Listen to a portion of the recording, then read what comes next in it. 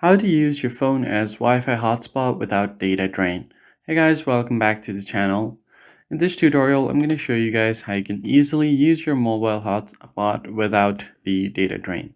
So, using your mobile phone as hotspot can drain data fast if you don't manage the connected device on the background. So first thing you can do here is go over to settings.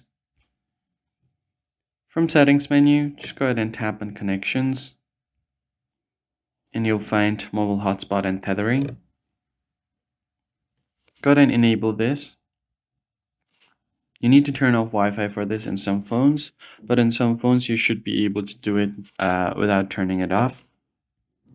Now, first thing you need to do is set up the hotspot data limit. You can set the usage cap in your hotspot settings so that your hotspot turns off automatically before crossing the data limit. So from here, to set up your data limit, you can just go ahead and tap on mobile data shared, tap on set data limit, and enter a number in MBs. So let's say if I don't want it to cross 900 megabytes, I just set it there. You should be good to go. Now from here, the next step is to change your hotspot band to 2.4 gigahertz, because if it's selected to 5 gigahertz, it's going to drain a lot of data fast. 2.4 might be a bit slower in speed, but it reduces heavy data pulls from the connected devices.